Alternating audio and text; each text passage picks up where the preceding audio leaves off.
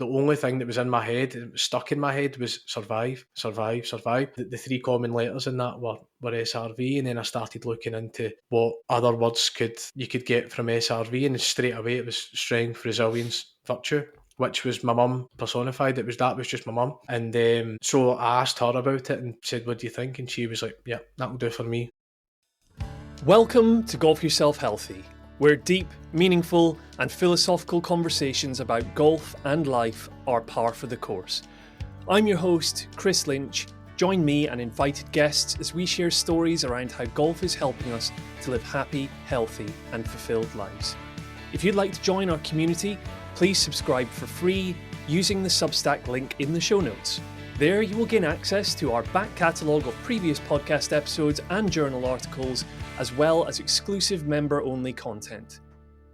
At GYH, we thrive on hearing inspiring stories of individuals who are using golf as a source of strength, a means of overcoming adversity, and ultimately as an outlet to improving our health and well-being. Today's guest, John Paton, fits perfectly into that category. Today, John golfs in memory of his late mother, Shirley, who lost her life following a brave battle with secondary breast cancer. Before she passed and during her treatment, John had been introduced to golf and was hooked instantly, offering him an invaluable escape and a relief from the personal challenges he was going through at the time. With a passion for golf emerging, coupled with an entrepreneurial mindset and a fervent desire to honour his mum and give back to those who had helped her and John's family throughout her treatment, he came up with a business idea. Founding SRV Golf in October 2023, John has created a golf brand with deep meaning and purpose, with its acronym SRV standing for Strength, Resilience and Virtue, all of which are values and skills which John has developed throughout his life, both in and out of golf, and which have carried him through the hard times. SRV sell high-quality, affordable golf products, with their flagship product offering being a Cabretta leather glove. Proceeds of every sale go to a selection of specially selected cancer and mental health charities, all of which hold special meaning to John and which are doing honourable work to help others to live with or overcome challenges in life. As you listen to John, you will hear his passion and his vision for his business shine through.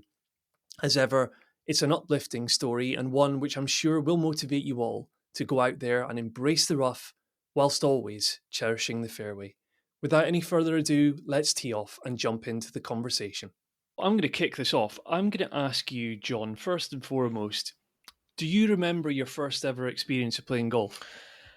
I don't remember my first ever experience of golf, but I do remember my first round of golf, and it was like, it was a stereotypical hacking round a council golf course with a couple of my mates, no idea what to do, not dressed in golf clothes, just trying to figure it out.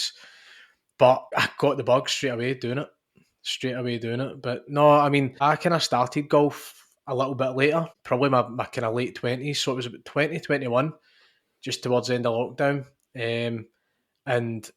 But yeah, like I wish I could say I was one of those people that started off when I was 6 or 8 and joined a club, played the junior comps and just immersed in golf. But I wasn't, but I found it later in life, which I think is why it is to me what it is now. I think if I'd started when I was younger, it would be a totally different game for me than it is just now. Like it all kind of, the timing and how I came into golf was, I mean, I suppose you could say it was kind of meant to happen that way, but would I have the same love for it if I'd been playing and getting lessons since I was young? Maybe not, but yeah, first ever round, my mate went and bought a starter pack, £300 golf set, basically.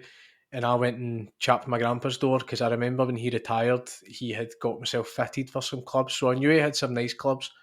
I went and chapped him up and, can I get a wee shot of your clubs to go and play? But you know what? See, as soon as I knew I was getting the clubs and I was going to start playing, like I literally got so immersed in it. I started watching golf content. I started, trying to price up this, price up that, figure out where the good golf courses are, trying to remind myself who the good golfers were as well, and just And I ended up, by the time when we went to play the first round, I probably knew, I don't know. I mean, I knew a lot about golf, put it that way. Or at least I thought I did. When I look back now, it was nothing. But, like I really, really immersed myself in before I went to play. So I really built up the excitement before the first round. So, which is good because, when you probably hit about 130 odd, you might not want to come back and play. But I think I was just so excited to keep going and keep going and keep going. Are you the sort of person who, because I'm quite an all-in sort of person, right? So if I latch on to something and I really love it and I've got hooked on it, whether it's addictive personality or whatever you want to call it, and then I just kind of go all at it. So are you like that? Or is there, what was it, would you say, about golf, I suppose, is the question that really hooked you in? Well, first of all, yeah, I'm exactly like that. I'm all in. Like, there's no point in doing things in half, is something I've always kind of tried to live by. But yeah, like when I get into something, I'm really, really into it. Like, I'll even go back to music. When I get into like a particular type of music, I'm like, it's all day, every day for a period of time, and then it moves on. But golf's one of the ones that just stuck. But yeah, it's just, as I say, there's no point in doing things in half. Absolutely. I guess maybe leading into SRV, when was it that you had a light bulb for that? A light bulb go off? For the brand, my light bulb moment for the brand, I mean, there's a few, like, to kind of go back. I mean, there'd been a long time. I'd wanted to start a business for so long, and I had tried multiple different things. I just had no passion for them. And there was things I was trying.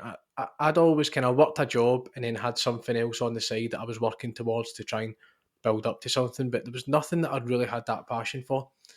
So I'd started a couple of wee online things on Amazon and stuff. But then when I started playing golf and I was trying to think about a business idea or what to do, I was like, I need to do something in golf, because I knew that if I had the passion for it, it would see me through the hard times when it gets, when you have doubts and when things don't go your way and when the going gets tough and all that kind of stuff. So I knew if I did it in golf that I would at least enjoy that part of it and it would keep me going.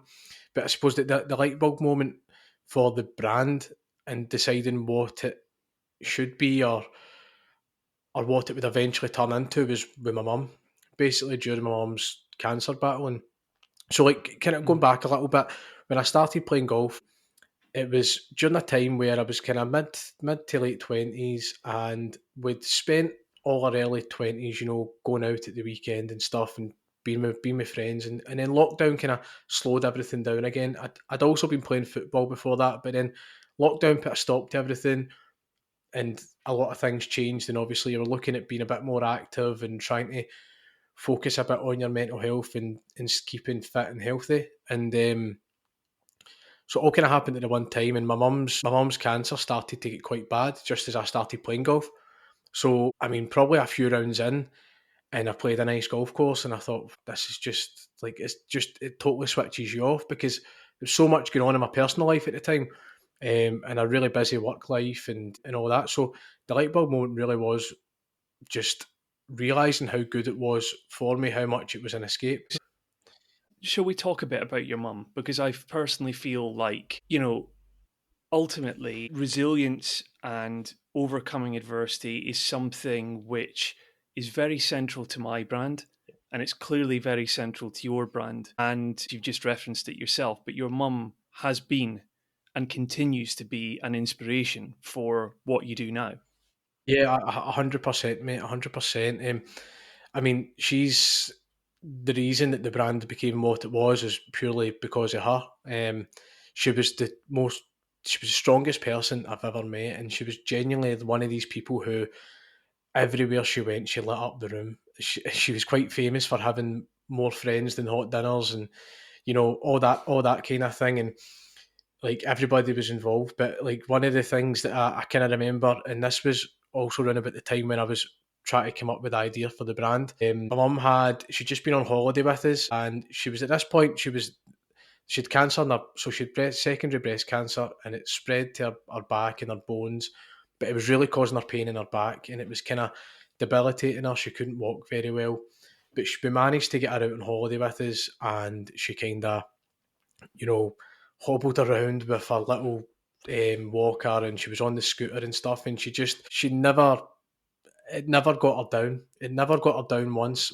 And she just wanted to be there because my daughter was there, and it was the first holiday with my daughter. And she just wanted to be there, and she was just so strong and happy throughout it. But what actually happened was, when we got back about a week later, she kind of really went downhill.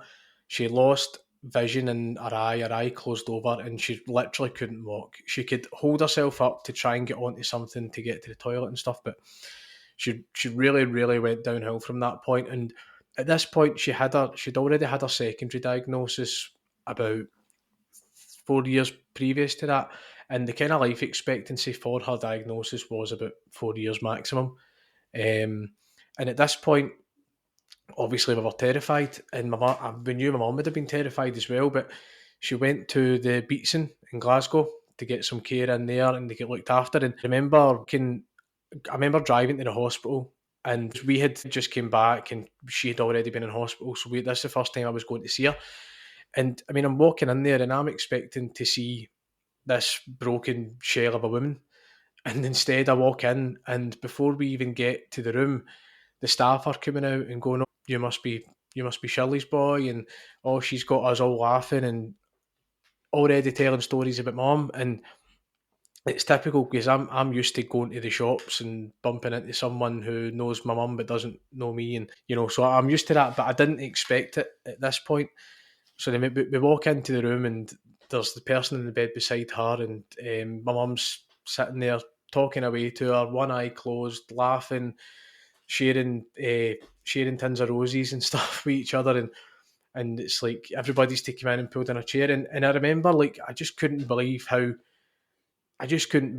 strong she actually was, because we'd seen it for so long, but like I knew this was, like, I suppose, the beginning of the end for her, and yet she still had that big smile, the big crazy laugh that she's got, and she still had that attitude where she wanted to help other people, make other people feel comfortable. And that was just the way that she was. And like, shortly after that, she got moved to the hospice. She came home for a bit, and then she had to go into the hospice because it was just kind of progressively getting worse. And it was exactly the same in there. Every member of staff wanted to come round to my mum's room because mum would make them laugh and feed them, and she'd have us all running about after the staff. But yeah, like, so around about that time, I was planning the brand, and I couldn't really come up with a name. And the only thing, I mean, it was not really thinking of brand names, but the only thing that was in my head, it was stuck in my head, was survive, survive, survive. And I knew that I had to make it something about my mum. So the word survive was kind of there. And then I was thinking, well, my mum's striving. So like she's trying to strive, and I had strive, I had survive. And the three common letters in that were SRV. And then I started looking into what other words you could get from SRV, and straight away it was strength, resilience, virtue, which was my mum personified. That was just my mum. And so I asked her about it and said, "What do you think?" And she was like, "Yeah, that'll do for me. That'll do for me." And so that sealed the deal. That sealed the deal. So obviously with that, I mean, I knew that making the brand, as I said, it needs to be something that I'm passionate about. And seeing the care that she was given at the Beatson and from various different charities throughout the full experience, but especially kind of towards the end, is when you really realised how incredible these people are and how incredible these charities are. So I knew we had to do something to give back to them. Have you read or heard of a book called Start With Why by Simon Sinek? I haven't, no, but I'll need to give that a try. The central message that he gives is, so he's a really famous speaker. He's like got one of the most watched TED Talks of all time.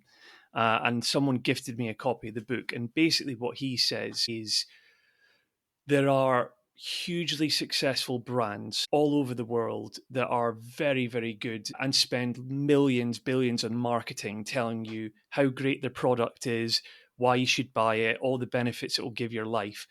But they don't tell you why they do what they do. Yeah. And his theory is that the brands that have got a clear why behind them and a story will last the test of time, and it actually strikes an emotional chord with the customer as Yeah. well. So I think you're onto something. Basically, I'd like to think you and I have got that upper hand in a way, Yeah. because you've got a really emotive story that people can buy into, if you know what I mean. So Yeah, I mean, like definitely, there must be loads of brands that start and fail, businesses that start and fail within the first year. And look, the way I look at it with the brand is we've still not done anything yet. We're still only the beginning, and that's what the attitude I want to always keep with it. We're only at the beginning, but the point in that is that having that why just makes it easier when it gets tough. But yeah, it's also like you say, when I started playing golf, right, the first couple of things that I noticed were that, first of all, it was really, really expensive. It was really expensive to start, especially if you're starting with nothing. But even as you're trying to maintain playing golf, it gets expensive. And like you say, you look at brands that tell you the reason why. Now, I don't know some of the major golf brands. I'm not sure what a lot of their why is, but all I know is that the only thing I was going by when I was trying to select which golf products to wear was price and style and performance in certain aspects.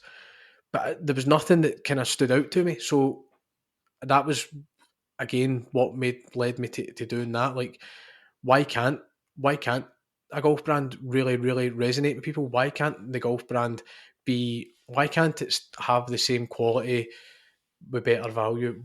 Why can't it have the same quality with better value, but have amazing core values and help people and build things? Because like I, I definitely see this brand as being far more than a product business. mm.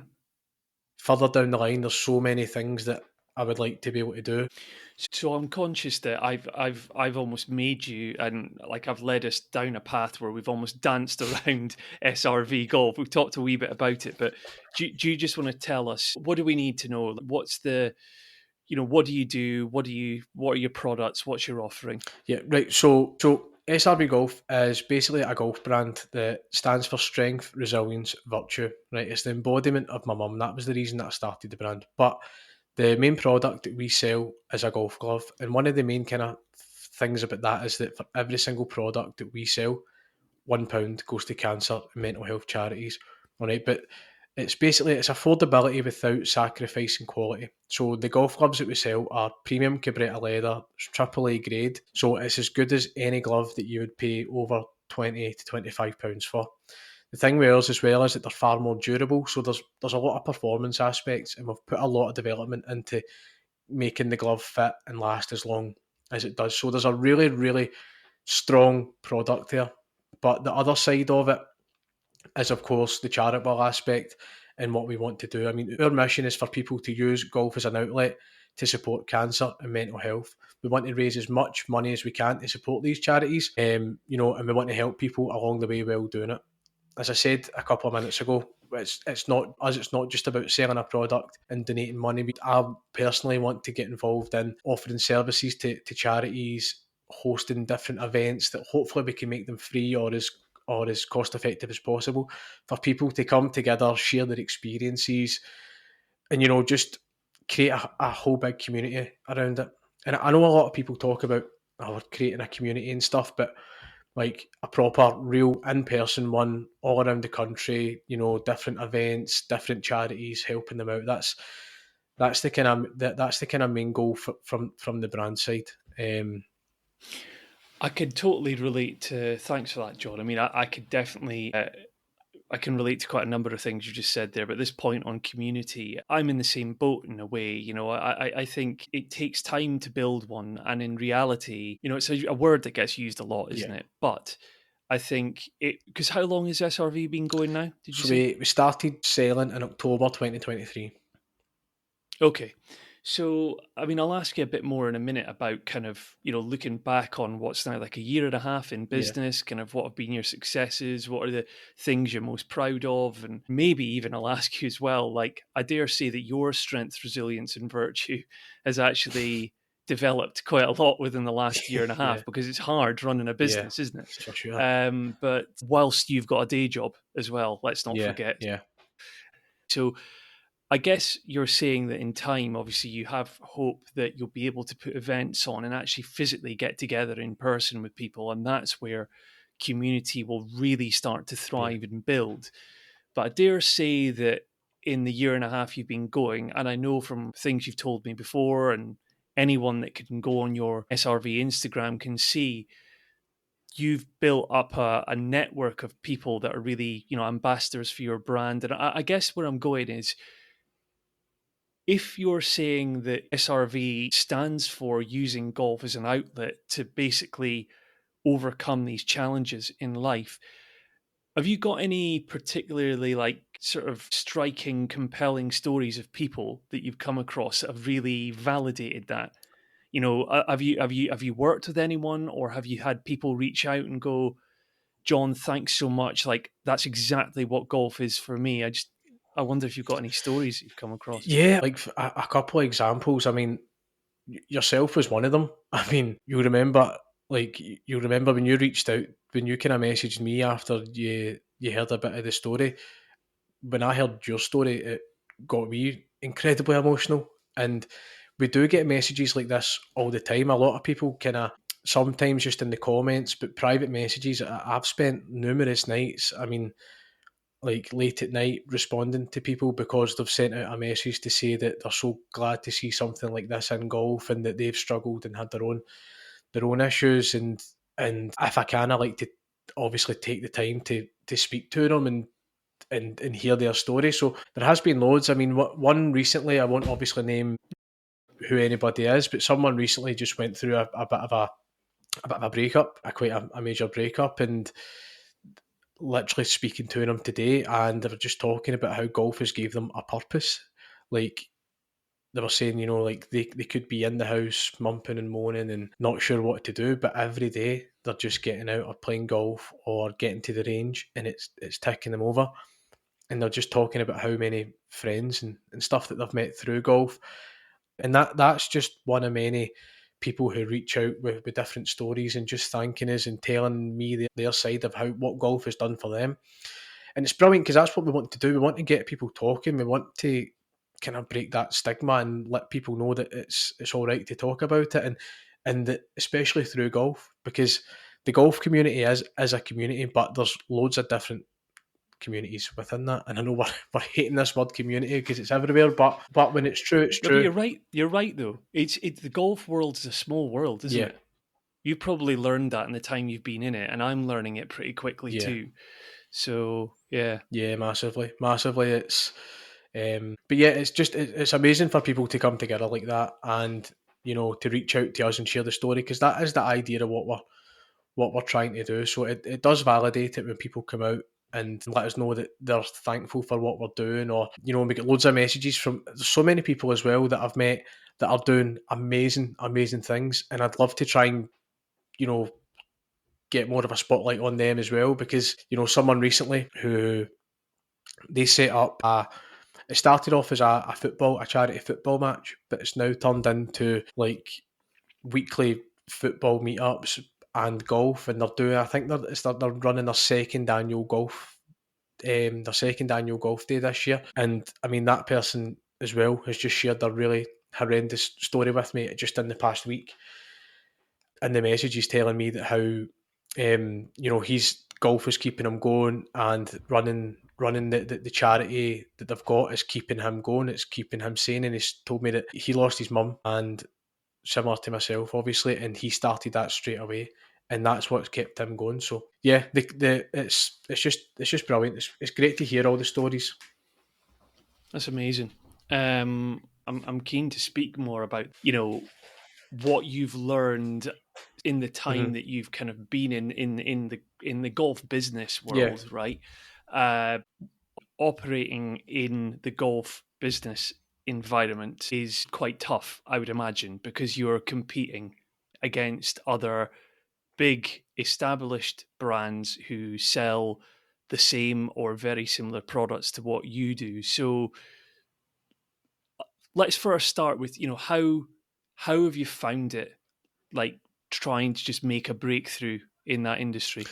Yeah, it's very, very challenging. Golfers, especially, are very fickle and they like what they like. It might be superstition, it might just be habit. They've played a good round that day wearing a glove, but also it's hard to prove the quality. And the big brands obviously are known for proving quality. One of the challenges for me is you need to find a way to prove that quality, and the best way for me to do that is to get gloves on people's hands. So that's something that I've really tried to focus on doing, and then getting the right people to share that story. So obviously golf's changing and the golf business is changing. People are opening their minds up now a lot more to independent brands, which obviously is great.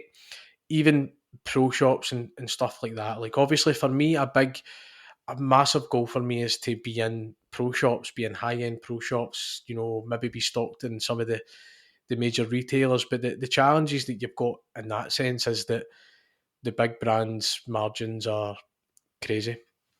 They've got crazy margins, but at the same time, we don't have the big overheads that the big brands have got. So that makes it a lot easier. And also, I feel like as an independent brand, there's a lot more freedom of expression and how you want to market it or how you want to position yourself. For example, Titleist or whatever, they might not want to speak on a particular subject in case it alienates a massive part of their customer base, or they think, it's this or it's that.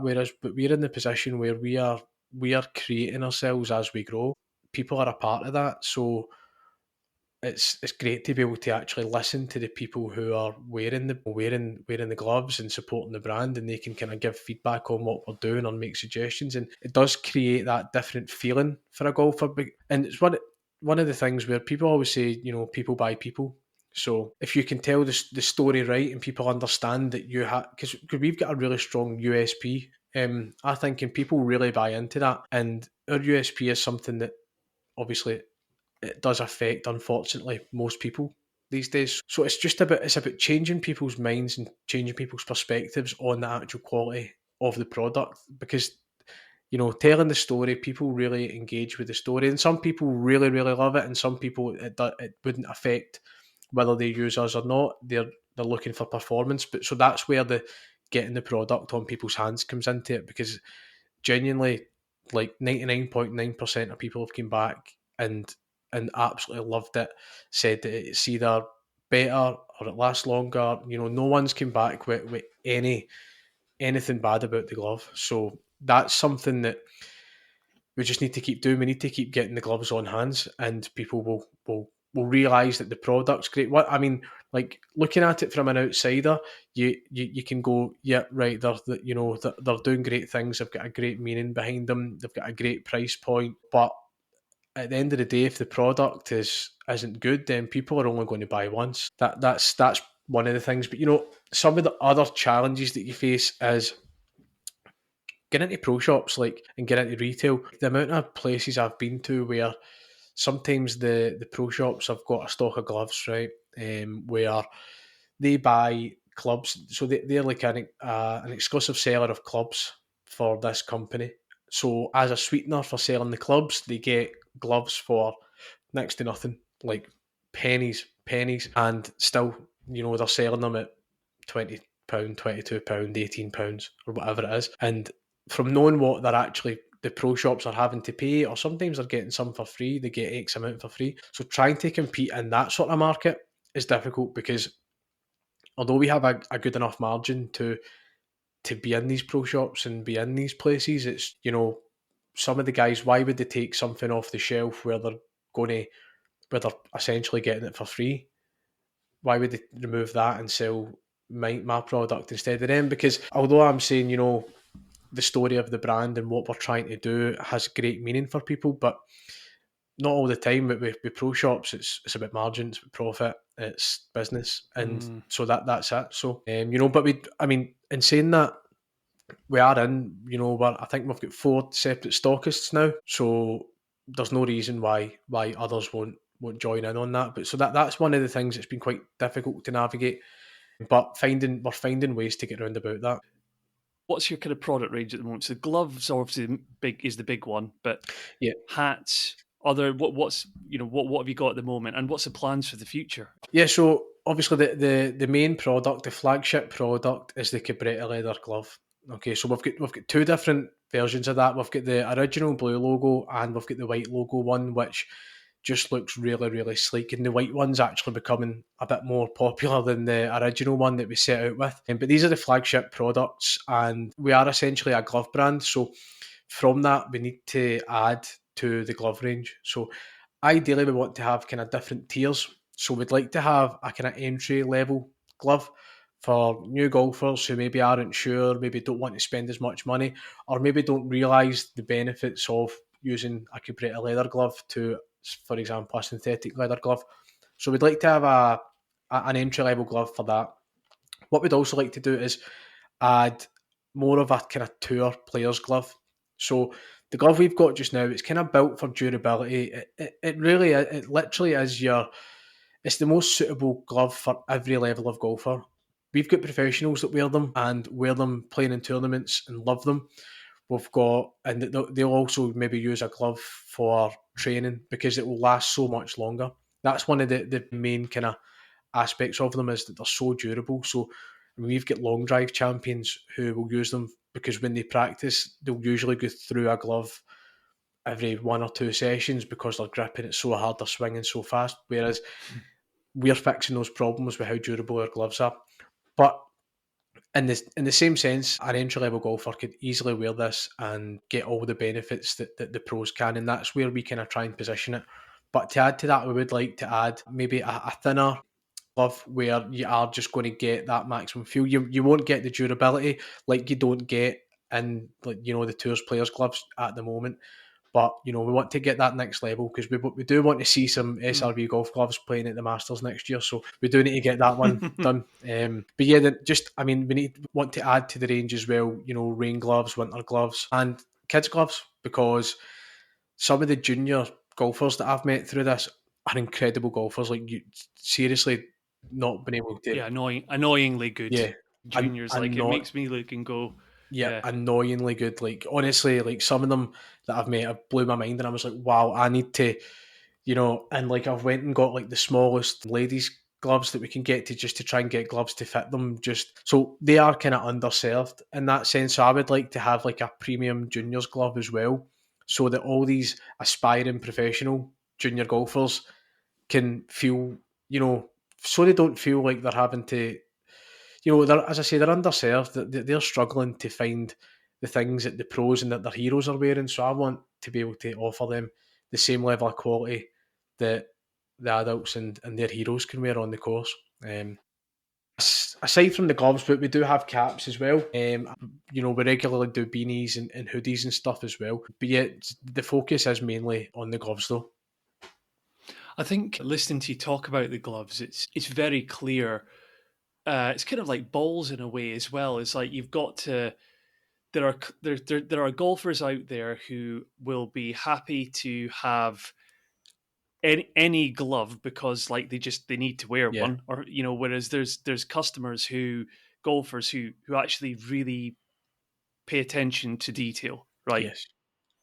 If I'm hearing you right, that's something you've learned in the last year and a half is preferences of your customer, of golfers, and you're kind of responding to that now by expanding the range. And just so you were saying, you donate some of the proceeds from every sale to, there were 2 charities you said. So do you want to say a quick word on Yeah. them, So and who they are and what they yeah, do? so it's actually 4 charities, but we're adding a fifth. So at first when we started, so I'll go through them one by one. So Make Seconds Count, which is a secondary breast cancer charity. They're all over the UK, but they were one of the ones that during my mum's cancer battle, kind of before she got really bad, they done so much to look after my mum, and they gave her that sense of community that she needed. So they do, I mean, they fund research, but they also do things like, events. tea days, kind of, coffee and cake mornings and stuff, and all these people get together, and all the people that are involved in charity are incredible. I've met a lot of them, and I've been to a couple of their events, and the work they do is amazing. And I know that my mum had a really, really strong love for them, so that was the first one that we decided to go with. And likewise, sticking with the cancer charities, Macmillan, obviously most people tend to know about Macmillan, and they know how much work they put in, funding research and helping people. So, that's, and they did do a lot for my mum as well at the start. But one of the ones that we've added recently is St Andrew's Hospice, which is the local hospice that my mum spent quite a bit of time at before she passed. And that's, I kind of mentioned them earlier, like the staff in there were just incredible, and they done so much. And honestly, the strength and resilience of those people are a major part of why the brand is what it is. So yeah, and then on the mental health side, we have CMH, which is mainly a Scottish-based mental health charity, and they cover kind of all aspects of mental health. They've got various things that they do. Respite help, but they're also one of the kind of first ports of call for people who are maybe struggling. But likewise, like most of them, they do lots of events, but we want to fund them. And the other mental health charity is Chris's House. So they're basically a suicide prevention charity. They offer respite care, and they've got kind of different locations where people who are feeling suicidal can go and attend, and you'll get well looked after. So yeah, these charities are just a lot. Some of them local, some of them national, but yeah, they do amazing work, and it just means a lot to be able to try and help them as much as possible. Yeah, that's great. As I would do with any of my guests, John, I'm going to make sure that in the show notes for this episode, there's links to, do you want to give a call out to where, so I guess you've got an SRV website, you've got an Instagram page, are those the main places you would encourage my listeners to go and have a look at? Yeah, so srvgolf.com, and then we're on every platform, just at SRV Golf. So you can find us there, and if you go on the website, you can find some information on the charities that we support. And obviously, I'll give you some links that we can put in for that go directly to the charity. But of course, any support that comes to us, we'll be supporting them as well. Well, we could probably wrap it up at this point, John. I can't wait for that day when I see one of the big dogs teeing it up at the Masters with an SRV glove on. Rory next year. Wait and see. Rory will be wearing an SRV next year. I hope you enjoyed today's episode. Please remember to subscribe using the Substack link in the show notes to become the latest member of our Golf Yourself Healthy community. There, you will be able to exchange thoughts and comments on today's episode with other community members, whilst also getting access to exclusive member-only content. Until our next episode, always remember to embrace the rough and forever cherish the fairway.